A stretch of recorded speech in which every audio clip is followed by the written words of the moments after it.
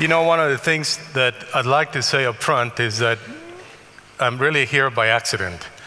And what I mean, not a TED, that I'm at this point in my life, truly, by a set of circumstances that I would truly consider an accident.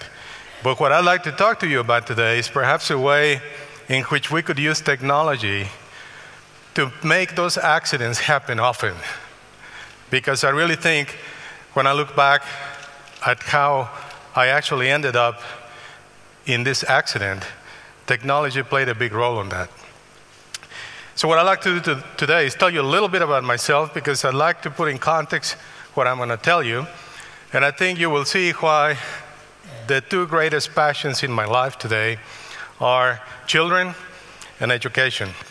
And once I put that in context, I'd like to tell you a little about technology, why I believe technology is a tremendous enabler, a very powerful tool to help address some of these challenges. Then about the initiative that Chris mentioned that we decided to launch at AMD that we call 50 by 15. And then I'll come back to the beginning and tell you a little bit more, hopefully convince you that I believe that in today's world, it is really important for business leaders not only to have an idea of what their business is all about, but to have a passion for something that is meaningful. So with that in mind, first of all, let me tell you, I'm one of 5 children. I'm the oldest. The other 4 are women. So I grew up in a family of women. I learned a lot about how to deal with that part of the world.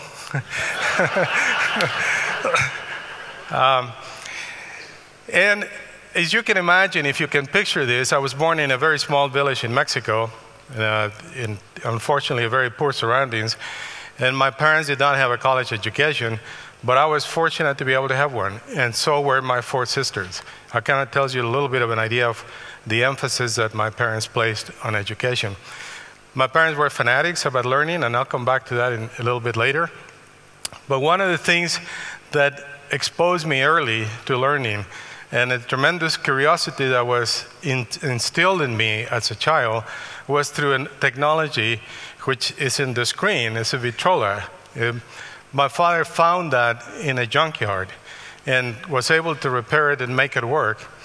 And somehow, to this day, I frankly don't know how he was so aware of what was going on in the world.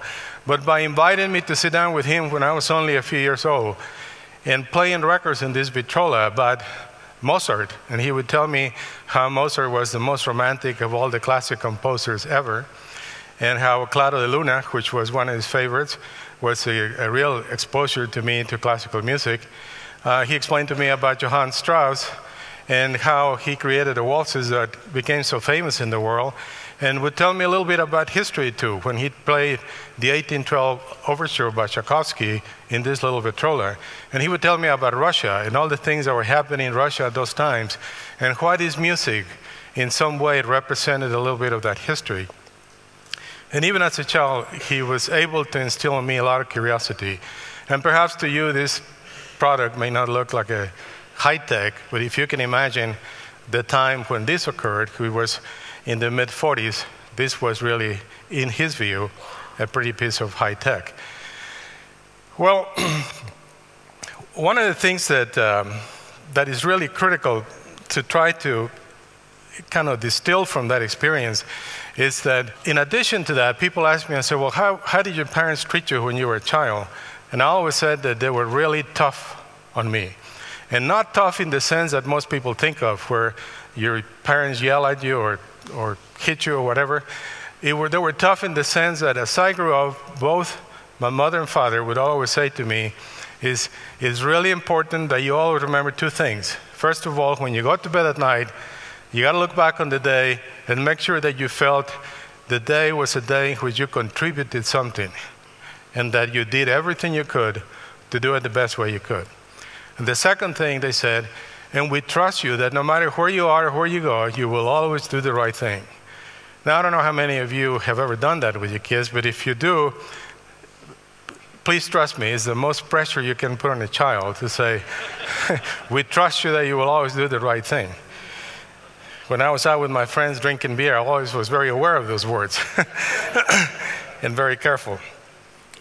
One of the things that has happened with technology is that it can only be helpful if it is useful, of course, but it can only be helpful too if it's accessible, and it can only be helpful if it's affordable.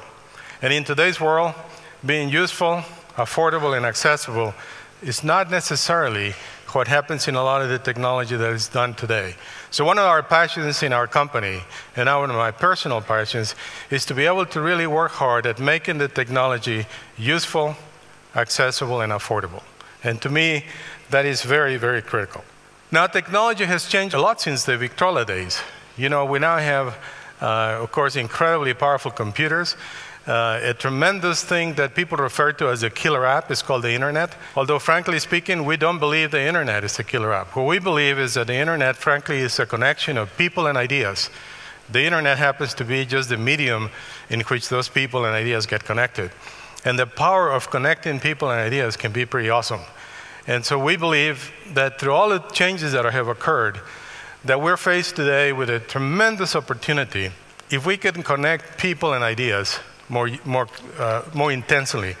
And although you've seen a plethora and a myriad of products that have come to the market today, the key to me is how many of these products are able to provide people connectivity in a useful way, accessibility, easy manner, and also affordability, that it can be, regardless of the economic status that a person could have, that they could have the opportunity to afford this technology. So when you look at that, we said, well, we would like to then enable that a little bit. We would like to create an initiative. And a couple of years ago at AMD, we came up with this idea of saying, what if we create this initiative we call 50 by 15, where we are going to aim that by the year 2015, half of the world will be connected to the internet so that people and ideas can get connected. We knew we couldn't do it by ourselves, and by no means did we ever intend to imply that we at AMD could do it alone.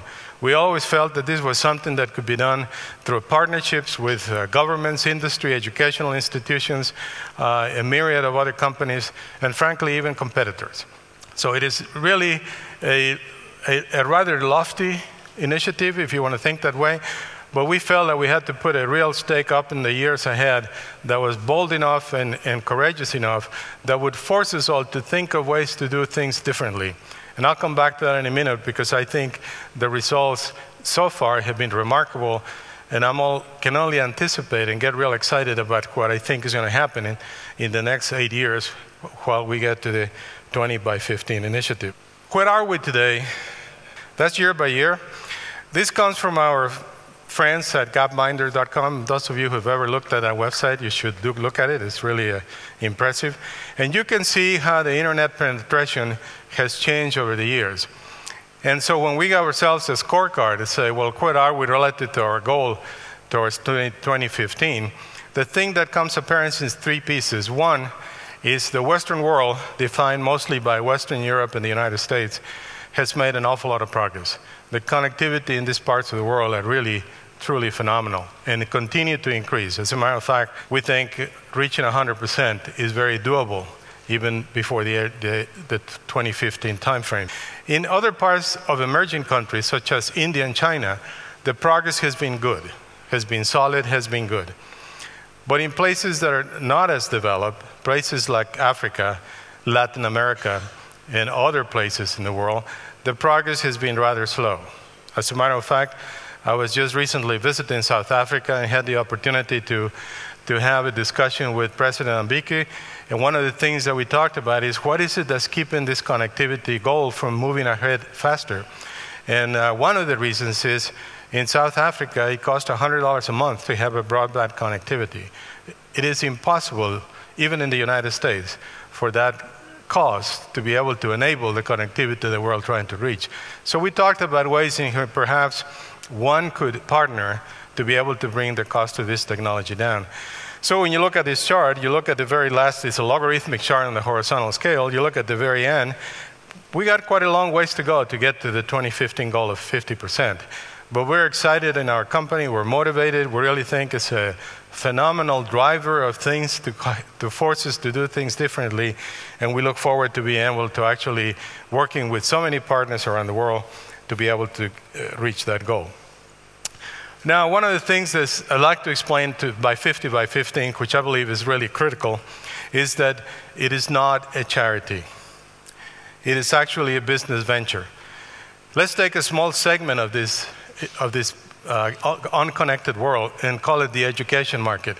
When you look at elementary school children, we have hundreds and hundreds of millions of children around the world that could benefit tremendously from being able to be connected to the internet.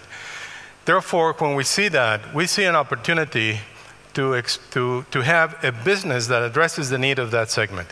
And when we embarked on this initiative from the very beginning, we said it very clearly, this is not a charity. This is really a business venture, one that addresses a very challenging segment of the market. Because what we have learned in the last 2 years is that this segment of the market, whether it's education or underdeveloped nations, either way, is a segment that demands incredibly high quality, incredibly high reliability, tremendous low cost and access, and a lot of challenges that, frankly, without actually doing it, it would be very difficult to understand, and I'll explain that in just a minute. It is an initiative that is focused on simple, accessible, and human-centric solutions. What do we mean by that is that, you know, frankly, the PC was invented in 1980, roughly speaking, more or less, and for 20-odd so years, it hasn't changed. It is still, in most places, a gray or black box, and it looks the same, and frankly, and I know that sometimes I offend some of my customers when I say this, but I truly mean it. If you could take the name of the computer off the top of it, it would be very difficult to judge who made it, because they're all highly commoditized, but they're all different. So there has not been a human-centric approach to addressing this segment of the market. So we really believe it is critical to think of it. It reminded me a lot of the talk we heard this morning about this operating room machinery that was designed specifically for Africa. We're talking about something very similar here. And it has to be based on a geosensitive approach. What I mean by that is that in some parts of the world, the government plays a key role in the development of technology. In other parts, it doesn't. In other parts of the world, you have an infrastructure that allows perhaps for manufacturing to take place. In other parts, it doesn't. And that we have to be sensitive about how this technology can be developed and put into action in those regions. And the last piece, which is really important, and this is an opinion that we have, not shared by many, by the way, this is one where we seem to stand alone in this one, is that we really believe that the greatest success of this initiative can come by fostering local integrated end-to-end ecosystems. What I mean by that, and let me use as example the country of South Africa, because I was just there, therefore I'm a little bit familiar with some of the challenges they have. It's a country of 45 million people. It's an economy that's emerging. It's beginning to grow tremendously. They have an objective to lowering the cost of connectivity. They have a computer company that makes computers in South Africa. They're developing a software training environment in the universities. What a place, what an ideal place to create an ecosystem that could build the hardware and the software needed for the schools. And to my surprise, I learned in South Africa they have 18 dialects. I always thought they only had 2. English and Afrikaans, but it turns out they have 18 dialects. And to be able to meet the needs of this rather complex educational system, it could only be done from inside. I don't think this segment of the market can be addressed by companies parachuting from another place of the world and just dumping product and selling into the market. So we believe that in those regions of the world where the population is large and there's an infrastructure that can provide it, that a local integrated end-to-end system is really critical for its success. This is a picture of a classroom that we outfitted with computers in Mexico, in my home country. This particular classroom happens to be in the state of Michoacan. Those of you that might be familiar with Mexico, Michoacan is a very colorful state. Children dressed with very colorful clothes. And it is incredible to see the power that this has in the hands of kids in a computer. And I have to tell you that it's so easy to appreciate the impact that access to technology and connectivity can have in the lives and education of these kids. We just recently opened a learning laboratory in a school in in the West Cape in South Africa in a school that's called Nelson Mandela School. And when you see the faces and activities of these children being able to access computers is just phenomenal. And recently they've written us letters telling us how excited they are about the impact that this has had on their lives, on their educational dreams, on their capabilities, and it's just phenomenal. We have now deployed 30 different technologies in 18 different countries, and we have been able to connect millions of people in an effort to continue to learn what this particular segment of the market needs and demands. And I have to tell you that millions doesn't sound like a lot in terms of the billions that need to be connected. It's a start. And we are learning a lot, and we're learning a tremendous amount about what we believe this segment needs to be able to be effective. One example of this has been the one laptop per child. Some of you are familiar with this. This is a partnership between MIT and a group of companies. Google is involved, Red Hat, and AMD is a key player. The electronics behind the one laptop per child are based on AMD technology. It's a microprocessor. But to give you an idea how creative this group of people can be, one of the objectives of the one laptop per child is to be able to achieve a 10-hour battery life, because it was felt that a school day would last at least 8 hours, and you wanted the child to have the ability to use the laptop for at least one full day without having to recharge it. The engineers have done a phenomenal amount of innovation on this part, and the battery life on this product is now 15 hours, just through a lot of innovative work people have done because they are passionate and motivated to be able to do this. We expect this to be deployed towards the end of this year, and we're very excited at the opportunities that this is going to offer in the field of education. It's a highly focused product aimed strictly at the education market, not only in the developing countries, but actually in the developed regions as well, because there are parts of the United States where this can have also a huge impact on the ability to make education more fun and more efficient. We also have partnered with TED in this project with Architecture for Humanity, and along with a TED Prize winner, Cameron Sinclair, we're having a contest that we have issued to the architecture community to come up with the best design for a computer lab for an emerging region. And we're really thrilled about the opportunity to be part of this, and can't wait to see what comes out of this exciting activity. Let me come back to the beginning to end this presentation. I'll tell you that one of the things that I feel is really critical for us in industry, in business, is to be able to be passionate about solving these problems. I don't think it's enough to be able to put them on a spreadsheet and look at numbers and say, yes, that's a good business. I really believe that you have to have a passion for it. And one of the things that I learned too from my parents, and I'll give you a little anecdote, especially from my father, and it took me a while to understand it. But he said to me when I went to college, he said, you're the first person in the family to go to college, and it's really important you understand that for civilization to make progress, each generation has to do better than the last one. And therefore, this is your opportunity to do better than my generation. Frankly, I don't know that I really understood what he told me at the time. I was eager to go off to college and go find girls and study, and girls and study. But then I finished college, and I fell in love. I graduated. I decided to get married. And on my wedding day, my father came to me again and said, you know, I'm going to remind you again that each generation has to do better than the last one. You have to be a better husband than I was, because that's how you make progress. And now it began to make sense, because I knew what a great husband he was, and now he was once again beginning to put pressure on me like he did when I was a little kid. And then a few years later, I had a child, my first child. And again, my father comes to the hospital, and we're looking at the glass and see all the children on the other side. And he said, I got to remind you again that for each generation to better, you're going to have to be a better father than I was. That's when it dawned on me the tremendous challenge that he was placing on me, because he was a great father. But the key is that he instilled in me a passion to really get up every day in the morning and want to do better. To really get up and think that my role in life is not just to be the CEO of a Fortune 500 company. It's got to be that someday I can look back and this place is truly better through some small contribution that perhaps each of us could make.